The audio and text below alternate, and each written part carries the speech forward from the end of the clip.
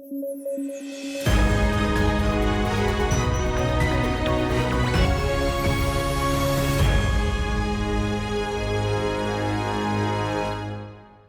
News at 9 programme में आपका स्वागत है। मैं हूं अमृत उपाध्याय। आइए जल्दी से देखें आज की हेडलाइंस।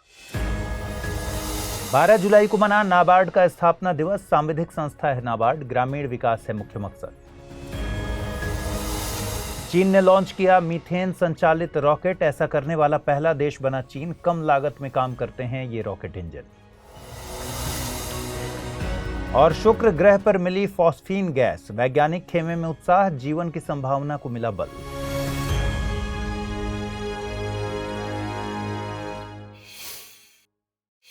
चलिए खबरों की शुरुआत करें। 12 जुलाई को नाबार्ड का स्थापना दिवस मनाया जाता है। 12 जुलाई 2023 को नई दिल्ली में आयोजित 42वें स्थापना दिवस के मौके पर गृह मंत्री अमित शाह मुख्य अतिथि थे। ग्रामीण अर्थव्यवस्था को बूस्ट प्रदान करने में इंस्टीट्यूशनल क्रेडिट यानी संस्थागत लोन अहम है। इसी के मद्देनजर सरकार ने मार्च 1979 में श्री बी शिवरमन की अध्यक्षता में एक कमेटी गठित की थी। इसका मकसद कृषि और ग्रामीण विकास के लिए मौजूदा इंस्टीट्यूशनल क्रेडिट की व्यवस्था को रिव्यू करना था। समिति ने नवंबर 1979 में अपनी रिपोर्ट सौंपी और ग्रामीण विकास के लिए एक नई संस्था के गठन की सिफारिश की। इन सिफारिशों के चलते सरकार ने 1981 के नाबार्ड एक्ट के जरिए नाबार्ड के गठन को मंजूरी दी। नाबार्ड यानी national bank for agriculture and rural development अपने अस्तित्व में 12 जुलाई 1982 को आई। नाबार्ड को आरबीआई के कृषिगत ऋण कार्य सौंपे गए थे। वर्तमान में नाबार्ड पूरी तरह से भारत सरकार के तहत है। इसका विजन ग्रामीण समृद्धि को बढ़ावा देना है। नाबार्ड कृषि और ग्रामीण विकास के लिए गठित की गई विशेषीकृत बैंक है। चीन ने दुनिया का पहला मीथेन से चलने वाला रॉकेट लॉन्च किया है। रॉकेट को जूक 2 नाम दिया गया है। इसे चीन की निजी एयरोस्पेस कंपनी लैंड स्पेस द्वारा लॉन्च किया गया। लॉन्चिंग चीन के गोबी मरुस्थल में स्थित सैटेलाइट लॉन्चिंग सेंटर से की गई। चीन की इस सफलता ने उसे कई विरोधियों से आगे खड़ा कर दिया है। एलन मस्क की कंपनी स्पेसएक्स और जेफ बेजोस की ब्लू ऑरिजिन इस दिशा में प्रयास कर रहे हैं। हालांकि अभी तक उन्हें कामयाबी हाथ नहीं लगी है। मीथेन को ईंधन के तौर पर इस्तेमाल करने वाले रॉकेट इंजन प्रदूषण भी कम करते हैं। साथ ही इनकी ऑपरेशनल लागत बहुत कम है। ये रीयूजेबल रॉकेट तकनीक में भी उपयोगी हैं। कार्बन आधारित ईंधन इंजन पर डिपॉजिट जमा कर देते हैं। मीथेन के मामले में ऐसा नहीं है, जो कि इंजन की लाइफ बढ़ाने के साथ साथ पर्यावरण के लिहाज से बेहतर है। मीथेन आधारित रॉकेट इंजन में ओवरऑल वेट कम है। साथ ही पेलोड कैपेसिटी बढ़ा दी गई है। दरअसल लिक्विड ऑक्सीजन और मीथेन के बॉइलिंग पॉइंट्स लगभग समान हैं, इसलिए इन्हें आसपास स्टोर किया जा सकता है। इससे फ्यूल टैंक की डिजाइन में भी परिवर्तन हुआ है। वहीं हाइड्रोजन और ऑक्सीजन को स्टोर करने के लिए सेपरेट केबिन बनाने होते थे। आपको बता दें कि भारत में इसरो के द्वारा भी इस दिशा में प्रयास किया जा रहा है। इसरो LOX मीथेन इंजन तैयार करने पर काम कर रहा है। इसमें लिक्विड ऑक्सीजन को ऑक्सीडाइजर और मीथेन को ईंधन के तौर पर इस्तेमाल किया जाएगा। आगे बढ़ें उसके पहले जरूरी सूचना। स्टडी IQ IAS हिंदी की टीम P2I यानी प्रीलिम्स 2 इंटरव्यू बैच लेकर आई है। इसकी शुरुआत 10 जुलाई से हो चुकी है, सुबह 8 बजे। इसमें एडमिशन लेने की अंतिम तारीख आज। अब से कुछ देर बाद इसमें एडमिशन्स बंद हो जाएंगे, यानी आज ही अंतिम तारीख है। कोर्स की सबसे बड़ी खासियत है प्रीलिम्स क्लियर करने वाले स्टूडेंट्स के लिए स्टडी IQ की तरफ से निःशुल्क आवासीय सुविधा उपलब्ध कराना। इस दौरान आपके मेंस की पूरी तैयारी कराई जाएगी। साथ ही इंटरव्यू में डेफ का 1-to-1 एनालिसिस किया जाएगा। इस कोर्स में डिस्काउंट हासिल करने के लिए आपको अमृत लाइव कोड का यूज करना होगा। इससे यह कोर्स आपको केवल 29,999 रुपए में हासिल हो सकेगा।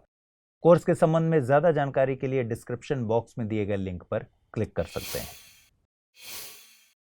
यूके की कार्डिफ यूनिवर्सिटी के वैज्ञानिकों ने शुक्र ग्रह पर जीवन होने की संभावना की खोज की है। वैज्ञानिकों को शुक्र ग्रह के वायुमंडल में फॉस्फीन गैस मिली है, जो कि प्राथमिक तौर पर लिविंग ऑर्गेनिज्म के द्वारा उत्सर्जित की जाती है। इस खोज ने पृथ्वी के बाहर जीवन खोजने में प्रयासरत वैज्ञानिक खेमे को नई उम्मीद दी है।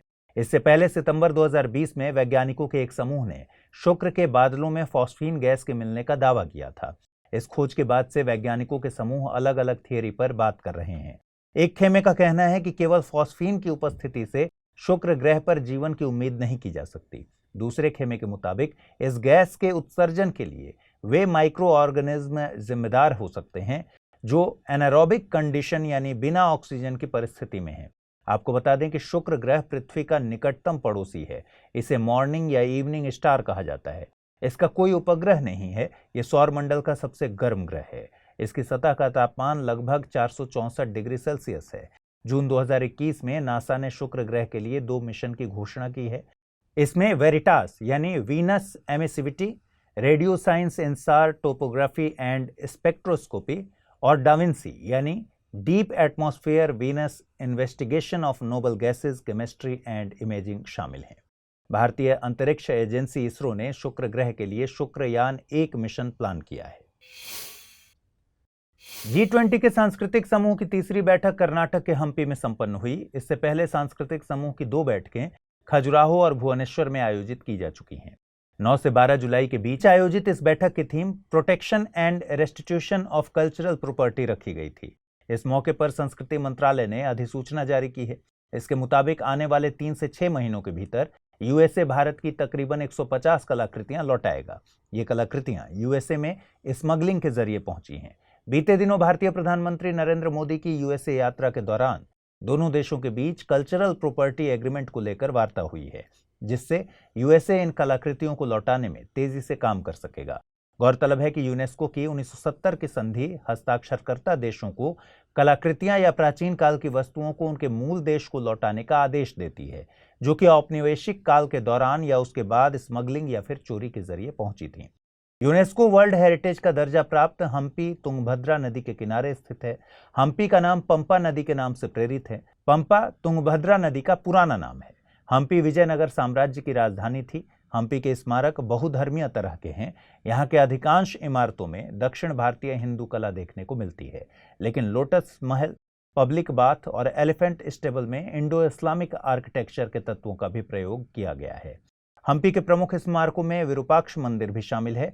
विरूपाक्ष भगवान शिव का ही एक रूप है। विरूपाक्ष मंदिर के दक्षिण में हेमकुंत पहाड़ी पर 6.7 मीटर ऊंची भगवान नरसिंह की मूर्ति है। नरसिंह भगवान विष्णु का रूप है।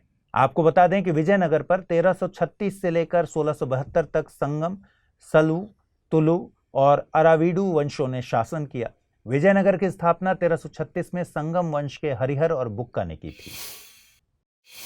आइए जल्दी से देखें बुलेटिन पर आधारित क्या प्रश्न बन सकते हैं। इतिहास में विजयनगर साम्राज्य की राजधानी रहा यह शहर अपने स्थापत्य के लिए जाना जाता है। विरूपाक्ष मंदिर के लिए मशहूर इस शहर को यूनेस्को ने वर्ल्ड हेरिटेज का दर्जा दिया है।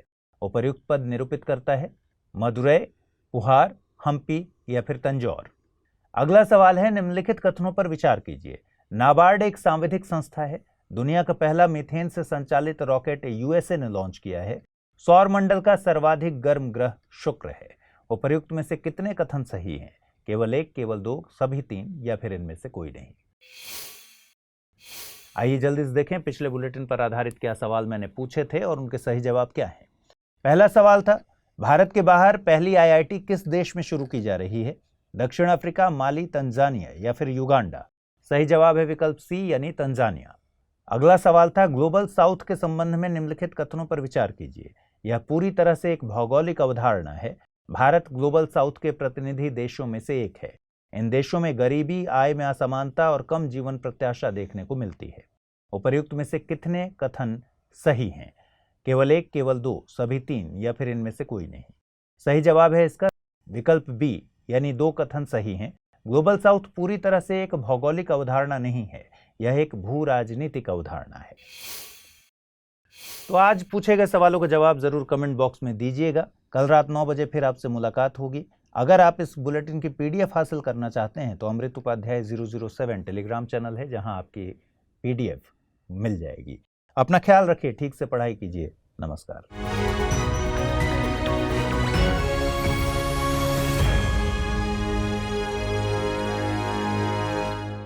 हिंदी में यूपीएससी की तैयारी से संबंधित प्रोग्राम्स को देखने के लिए सब्सक्राइब करें स्टडी IQ IAS हिंदी।